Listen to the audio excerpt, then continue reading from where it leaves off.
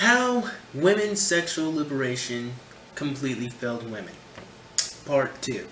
Now, when we last left off, we talked about how women's sexual liberation was sold to women based on a lie. Well, I guess to be more accurate, it's based off of several lies. I guess the first lie would be the whole idea of liberation itself. Now, Davis Arini in his video, and hopefully you've seen it by now, already talks about how women really weren't oppressed, and well, most of the videos I make when it comes to feminism is about how women are not oppressed.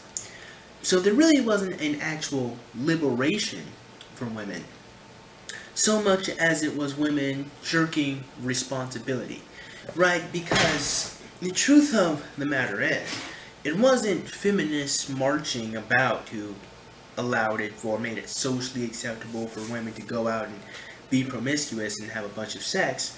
It was contraceptives, it was, birth control, and it was cures to different sexual diseases, which encouraged people to go about and have a bunch of sex. Because at that point in time, there were harsher consequences to your actions. Now, even now, again, in our modern age, we still have AIDS and HIV we have to worry about, and other different types of sexual diseases and childbirth and all of that. But the point is, during that era, during the 60s and the 70s, they had the advent of birth control, and that is what really, gave way to the sexual revolution. It wasn't really feminists, it's feminists who encouraged women to go about and be like men and have a bunch of sex. And that brings us to the second lie that women are sold when it comes to the sexual liberation, and that is having sex like men. Now, here's the interesting thing about that, and this is the part that's going to blow your fucking mind. See, the thing about men when it comes to sex and having a bunch of sex is, the truth of the matter is, and this isn't really going to be surprising to most guys who watch these videos. The truth of the matter is, ladies, most men aren't having sex. See, the thing about the sexual revolution was that it was sold on the lie that men get to have promiscuous sex, when the truth of the matter is, only a select group of men get to have promiscuous sex. And that select group of men are usually these top tier alpha male type motherfuckers that have lots of status and money. They're the men who get to be promiscuous, or get to be promiscuous. But the interesting thing is that it's not really that they get to be, it's one, it's a privilege, and two, it was only acceptable because it wasn't a lot of men being able to do that. On the other hand, women can be promiscuous pretty fucking easily, and it's not much of shit for them to do so. Now, the whole double standard, really, there really is absolutely no balance between sexual power between men and women. There is zero balance between the two. Men have to work to obtain sex, women get sex by just being women. I say this all the time, men like women for being women.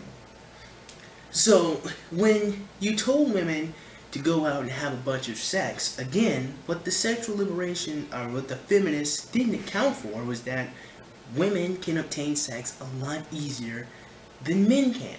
What they also didn't account for was that there were reasons, very good reasons, as to why women were encouraged to wait in order to have sex. Why people in general were encouraged to wait until marriage to have sex. One of those reasons was very important, and that was children. Again, the purpose of sex is reproduction. We already covered that in part 1. That was the point. They wanted you to be together and bonded and committed, so when you had children, they would have their mom and their dad, which is, again, it's very reasonable. That's why, as much as feminists like to complain about gender roles and all this oppressive bullshit in society, there were very reasonable reasons as to why they exist. So again, women can obtain sex pretty easily, men can't. Only a small group of men are able to have sex. And I realized this going through life. I used to always think I was really weird because I'm a virgin, right? I used to think that I guess I was just behind the times. But the truth of the matter is I wasn't, because I met lots of other guys who were also virgins. And then I had other friends who never had girlfriends either. And it turns out I wasn't the only guy who, was behind the ball. I meet guys now who are virgins, right? But the women, no, the women, they've had upwards of, 3, 5 different guys that they've had sex with. And if it's not 3 different guys they had sex with, I've met lots of different women who've at least had upwards of like 7 different boyfriends, like lots of different guys that they can date. And for a woman getting into a relationship ain't really shit for tack. I mean, it's just some guy comes. I mean, again, women are the gatekeepers to relationships and sex most of the time, you know, in general. So again, that there was a gigantic lie told to women that they can go out and be like men. So the truth of the matter is, women nowadays don't have sex like men. Women have sex like women. Let's talk about chastity for a second. Let's talk about alpha males for a second. See, here's something a lot of people don't understand, right? The whole reason why being an alpha male and having the ability to have sex with a bunch of women is considered a special thing, right? We can all agree that most men are praised, whether it's by jealous men or by other guys who are also doing the same thing. Here's the thing. Now we hear and we see in social media that men are supposed to go out and have sex with a bunch of women. However, if that were true, then that means it's not special. If it's not special, then it's not worth doing or talking about, and it's not worth being thought of as a worthy thing, right? Again, think about it for a second. If men are supposed to have a bunch of sex with women, wouldn't every man just ipso facto be an alpha male and just be like, well, that's just something you're supposed to do? What difference does it make if you have a bunch of sex? That's the thing. It's because it's a fucking hard thing to obtain, and for a man to have sex with a woman, he has to do something.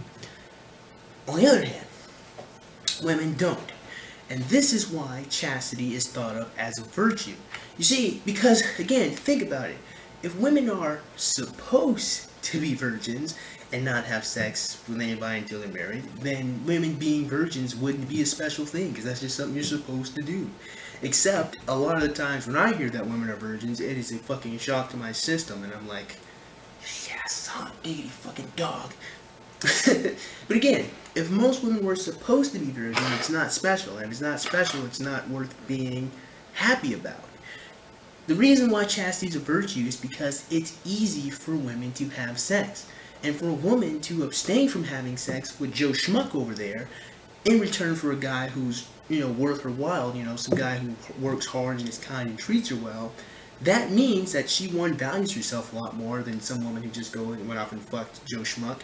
And it shows that she values her children's well-being more too, because she's picked a man who's going to protect and provide for them. Last thing to talk about when it comes to women's sexual liberation is cui bono, who benefits. Because at the end of the day, the truth of the matter is, the people who really benefit from women's sexual liberation are the alpha male type guys. I told you I was going to blow your fucking mind today, but think about it for a second. Because going back to what I said earlier, when I began to notice something about who is having sex and who isn't having sex, I noticed that not a lot of them guys are having a bunch of sex, but a lot of the girls are. But the more I thought about it, I realized that all of the girls were having sex with the same guys. So while a lot of women are getting fucked by a bunch of different people, a lot of the guys are just trying to get 1 or 2 girls just to fucking spend time with them, let alone have sex with them. So most of the women are going around having sex with the same guys, the bad boys, and they're having children by them. Now you see, a lot of people will claim that to berate sluts means that you are afraid of female sexuality. But if there's any reason, they never actually give any reason to be afraid of female sexuality, they just say you're scared of it. If anyone was scared of female sexuality, the reason would be simple, and that is the men that they choose to have sex with is a terrible fucking thing. Because these aren't men who have great qualities that wish to better society. These are terrible sociopaths and criminals, or just guys who just don't give a fuck about them. Granted, not all bad boys are terrible fucking people, but the #1 characteristics that makes a jerk is the fact that he doesn't care. And that's the last person you want around a fucking child. You never want to put a child into the hands of a caregiver that doesn't care, based on the fucking definition caregiver. But anyway, so because of that, again, if there's any reason why anyone would be afraid of female sexuality, it would be because women select terrible fucking people to mate with. And I think a huge portion of that has to do with the fact that it's a cycle of lack of father figures and a cycle of men not knowing what it means to be a man and thus women don't learn what it's like to be treated by a man, and so they will reject nice guys in place of assholes who treat them like fucking garbage. But that is another video that I am making right now. Well, not right now, but I'm collecting the material to make said video. So, in conclusion, how has women's liberation failed women? It's made them completely miserable. Too many women try to use sex to mask their insecurities. Too many women try to use sex to capture bad boys and try to have relationships with them that end up failing because men compartmentalize a lot better than women. Women have jerked from their responsibility of bearing children, and it takes everyone to raise children, granted, but to actually give birth to them, that is a job for women.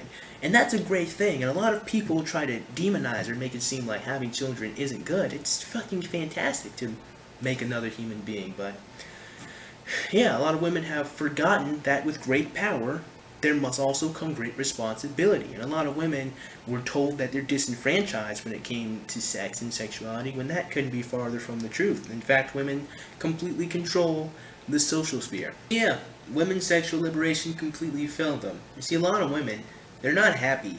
They're completely miserable with the way that they relate to men nowadays. They can't find much good men to be in relationships with. I mean, I know you hear women constantly complaining about how men are pigs and there's no good men, which is mostly their fault because they pick those men, but we're going to talk about that in a video in the future. But again, like I said, they're not happy.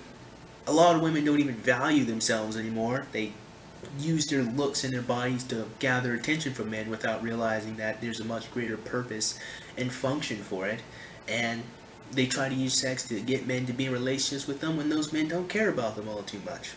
So yeah, completely failed them.